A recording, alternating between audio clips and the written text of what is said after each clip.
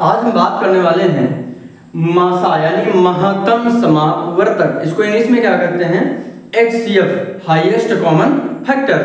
तो यहाँ पर हम देखेंगे क्या होता है हाईएस्ट कॉमन फैक्टर। मासा क्या है? वह बड़ी से बड़ी संख्या है जो दी गई सभी संख्याओं को पूर्णतः विभाजित कर दे। ध्यान से समझिएगा, क्योंकि कई बार होता है कि हमको पढ़ने के बाद समझ में नहीं आता, लेकिन इस पूरी क्लास को आप जब देखेंगे तो समझ जाएंगे कैसे हमको मासा निकालना है। महत्तम समापवर्तक से संबंधित जो भी क्वेश्चन होंगे इनको आसानी से कर लेंगे, उसमें कोई भी आपको दिक्कत नहीं होगी। चलिए यहाँ से शुरू करते हैं, ध्यान से समझिएगा। मासा महत्तम समापवर्तक वह बड़ी से बड़ी संख्या है जो दी गई सभी संख्याओं को, ध्यान से समझिएगा, इस जो ये परिभाषा दी गई है मासा की, इस परिभाषा को समझ लेंगे तो सवाल लगाना आपके लिए आसान हो जाएगा। संख्याओं को पूर्णतः, ध्यान से समझिएगा, पूर्णतः का मतलब होता है, मैंने पिछली क्लास में बताया है, पूर्णतः का मतलब होगा पूरी तरह से विभाजित कर दे।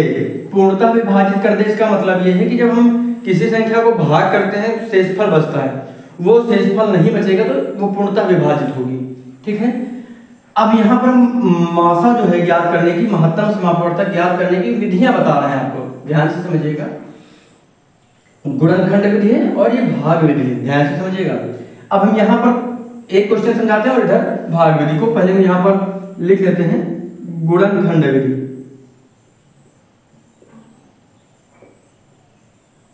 गुणनखंड विधि को हम यहाँ पर सीखने वाले हैं और यहाँ पर हम बात करेंगे भाग विधि की, जो दूसरा टाइप होगा हमारा भाग विधि। चलिए यहाँ पर हम बात कर लेते हैं। पहले हम गुणनखंड में बात करेंगे, जैसे दो संख्याएं ले लेते हैं, जैसे कोई भी संख्या ले लीजिए, 18 ले लीजिए और 12 ले लीजिए।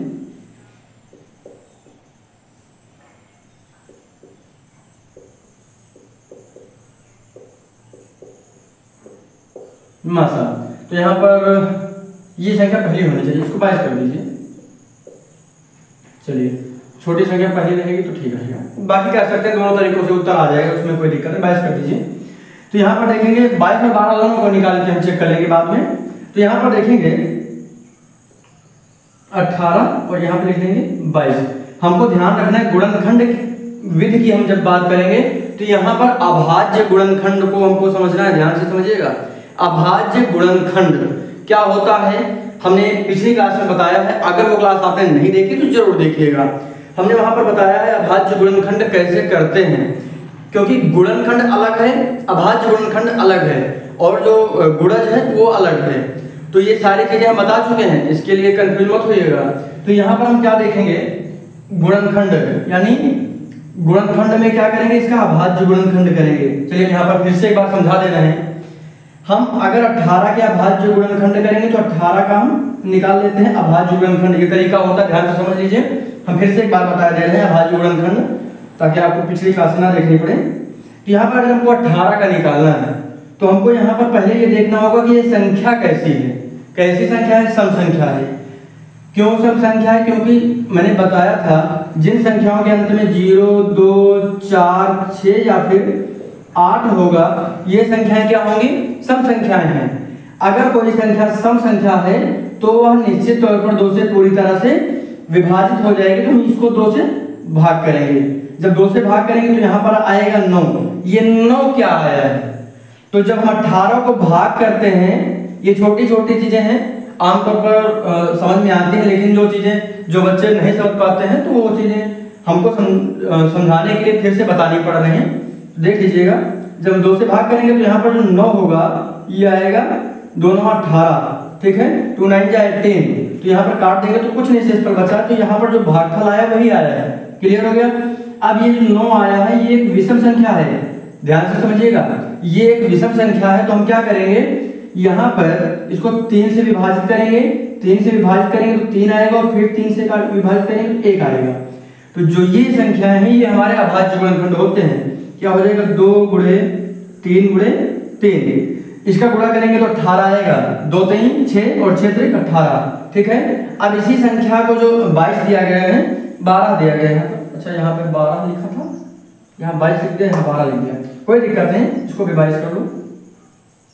चलिए अब यहाँ पर हम 22 का निकाल लेते हैं, विभाजित करेंगे किससे, 2 से, क्योंकि सम संख्या है। पहले ये जरूर देखिएगा कि वह संख्या कैसे, सम है, विषम है, भाज्य है, अभाज्य है, और ये चीजें हमने आपको समझाई थी जब हमने क्लासें ली हैं शुरुआत की संख्या पद्धति से जुड़ी हुई, तो उसमें सारी डिटेल में बताया है, सम संख्या, विषम संख्या, भाज्य संख्या, अभाज्य संख्या। अगर वो क्लास नहीं देखी तो जरूर देखिएगा, आपको बहुत सारी चीजें वहां से सीखने के लिए मिलेंगी, क्योंकि हम एकदम शुरुआत से आपको समझाते आ रहे हैं, बताते आ रहे हैं, क्वेश्चन को हल करवाते आ रहे हैं, आपसे कोई चीज छूटेगी नहीं। इसीलिए हम छोटी छोटी चीजों को बता रहे हैं ताकि कोई मन में कंफ्यूजन ना रहे, क्योंकि कई बार क्या होता है बच्चे बता नहीं पाते हैं, छोटे छोटे डाउट जो है मन में बने रहते हैं, वो डाउट आगे चल के दिक्कत करें, उससे अच्छा है कि अभी से वो चीजें सीखते रहिए। चलिए हम यहाँ पर आगे देखते हैं, 22 का गुणनखंड करेंगे तो 22 क्या है, सम संख्या है, हम इसको विभाजित करेंगे तो यहाँ पर आएगा 11, और 11 एक अभाज्य संख्या है, तो 11 स्वयं से ही कटेगी, क्योंकि हमने बताया था अभाज्य संख्याएं वो संख्याएं होती हैं जो स्वयं और एक के अलावा किसी संख्या से पूर्णतः विभाजित नहीं होती हैं, तो 11 एक अभाज्य संख्या है, तो इसलिए ये स्वयं से ही कटेगी तो 1 आ जाएगा। अब यहाँ पे ध्यान से लिखिए, तो इसका गुणनखंड बनेगा 2 गुणे 11, यही आएगा।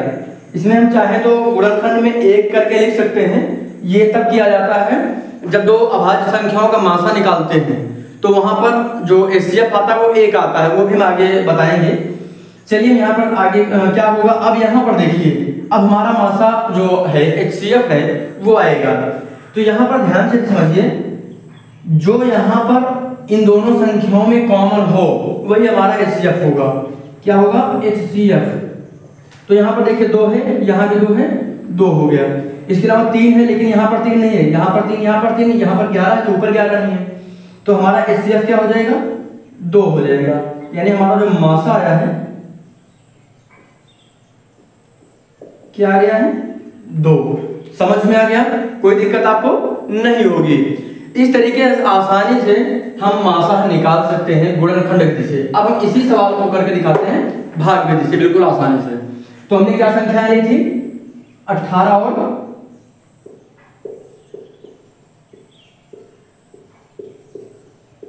22 का मासा निकालना भाग विधि से। चाहो तो भाग विधि से मासा लिख लो, या फिर मासा लिख लीजिए केवल, महत्तम समापवर्तक। तो यहाँ पर हम भाग विधि से करने वाले हैं, ध्यान से समझिएगा। तो भाग विधि में एक चीज सबसे ज्यादा ध्यान देने वाली है, जो संख्या छोटी है उसको भाज्य बना लीजिए, जो संख्या छोटी है उसको भाजक बनाइए, माफ कीजिएगा, जो संख्या छोटी है उसको भाजक बना के जो बड़ी संख्या उसको भाज्य बना दीजिए। हम करके बताते हैं और अच्छे से समझेंगे। 18 है, इसको भाजक बनाएंगे, इसको भाजक बनाएंगे, भाज्य नहीं बनाएंगे, ठीक है। तो इसको हमने भाजक बना दिया और ये हो जाएगी हमारी भाज्य। अब इसको भाग कर दीजिए, जो शेषफल आएगा उससे पिछले वाले भाजक को भाग कर देना है। तो यहाँ पर हम क्या करेंगे, 18 का एक बार में 18 आ गया, घटाएंगे तो क्या बचेगा, बगल में कैरी आएगा, क्या हो जाएगा 4। तो यहाँ पर हम अब 4 हमारा शेषफल बच गया था ना, तो जो पिछला वाला भाजक है इसको भाज्य बना देंगे, तो ये 18 आ जाएगा यहाँ। अब क्या करेंगे, 4 चौके 16, तो हमारा फिर से 2 शेषफल बच गया। तो फिर जो पुराना वाला भाजक है पिछला वाला, उसको फिर से भाज्य बनाकर भाग कर देंगे। फिर से 4 में क्या होगा, 2 2 जा 4। तो जो हमारा अंतिम भाजक होता है यही हमारा HCF होता है। तो जो हमारा अंतिम भाजक होता है वो हमारा HCF होता है, अंतिम भाजक बराबर 2 है, तो हमारा यही जो है HCF होगा, HCF बराबर 2। इस तरीके से भाग विधि से हम निकाल सकते हैं। अच्छा, इसमें हम कुछ चीजें फिर से समझा दे रहे हैं। मासा क्या होता है, वह बड़ी से बड़ी संख्या होती है, ध्यान से समझिएगा। यानी इससे बड़ी कोई भी ऐसी संख्या नहीं है जो इन दोनों संख्याओं को काट सके, 18 और 22 को। इससे बड़ी कोई भी संख्या नहीं है जो दोनों को काट सके, करके चेक कर लीजिएगा। वह बड़ी से बड़ी संख्या जो दी गई सभी संख्याओं को पूर्णतः विभाजित कर रहे। अब 2 से अगर 18 को काटे तो 9 बार में विभाजित करेगी, और 2 से विभाजित करेगी 22 को तो 11 बार में विभाजित करेगी। ठीक है, तो ये हमारा जो अंतिम भाजक हो गया वह बड़ी से बड़ी संख्या है जो दी गई सभी संख्याओं को पूर्णतः विभाजित करेगी। हमने दोनों विधियां आपको बता दी हैं। इस तरीके से एक सवाल और बता देते हैं, एक आता है सह अभाज्य, है ना। अगर हम 3 और 5 का मासा निकालें, किसका 3 और 5 का, तो 1 आएगा, क्योंकि ये दोनों अभाज्य संख्याएं हैं। इसमें जो हमारा गुणनखंड बनेगा 1 गुणे 3 और 1 गुणे 5 का, तो ना तो 5 ना ही 3, दोनों में कॉमन क्या है 1, तो हमारा 1 जो है HCF हो जाएगा। चलिए हम करके बता दे रहे हैं। चलिए यहाँ पे बिठा दे इसको। चलिए हम दोनों वीडियो से यहाँ पे बता दे रहे हैं। चलिए जैसे 3 और 5 का हमको निकालना है, मासा निकालना है। ठीक, तो ध्यान से समझिएगा, यहाँ पर 3 के हम जब गुणनखंड करेंगे तो 3 एक ऐसी संख्या जो अभाज्य है, तो यहाँ पर 1 गुणे 3 होगा। यही चीज हम यहाँ पर समझा रहे थे कि 1 लिख सकते हैं, तो क्या होगा 1 3 3, और यहाँ पर 5 का जब हम गुणनखंड करेंगे तो क्या होगा 1 गुणे 5। अब ध्यान से समझिए, इन दोनों संख्याओं में कॉमन क्या है, तो जो कॉमन होगा हमारा वही HCF होगा, तो क्या होगा 1, हमारा HCF क्या होगा 1 होगा। यहाँ पर 1 है, यहाँ पर भी 1 है, लेकिन ऊपर ना तो 5 है ना ही नीचे 3 है, इसलिए हमारा HCF जो होगा 1 होगा, HCF 1 होगा। इस तरीके की जो संख्याएं होती हैं तो सहअभाज्य संख्याएं कहा जाता है, कि दोनों अभाज्य संख्याएं हैं और इनका जो समापवर्तक होता है, महत्तम समापवर्तक होता है वो 1 होता है, इसीलिए इनका जो मासा होगा 1 होगा। क्लियर हो गया। इनको भाग करेंगे तो भी करके आप चेक कर सकते हैं, उसमें भी वही आएगा। तो इस तरीके से आप मासा निकाल सकते हैं। हम मासा से जुड़े हुए कुछ क्वेश्चंस को हल करेंगे, कल क्वेश्चंस को बात करेंगे, अगली क्लास में बात करेंगे। बाकी ये वाली क्लास जो है ज़्यादा से ज़्यादा शेयर कर दीजिएगा और सभी दोस्तों के साथ अपने। चलिए बाकी जो इससे जुड़े हुए डाउट हो आपके मन में वो बताइएगा हमको। इसमें कुछ सूत्र के माध्यम से सवाल लगेंगे। अभी हमने सिर्फ एक ही सवाल को समझाया है, बाकी इसको देख लीजिएगा। दोनों विधियों से एक ही सवाल को समझा दिया ताकि कोई कंफ्यूजन ना रहे। चलिए मिलते हैं आपको अगली क्लास में। लाइक और शेयर जरूर करिएगा वीडियो को। धन्यवाद।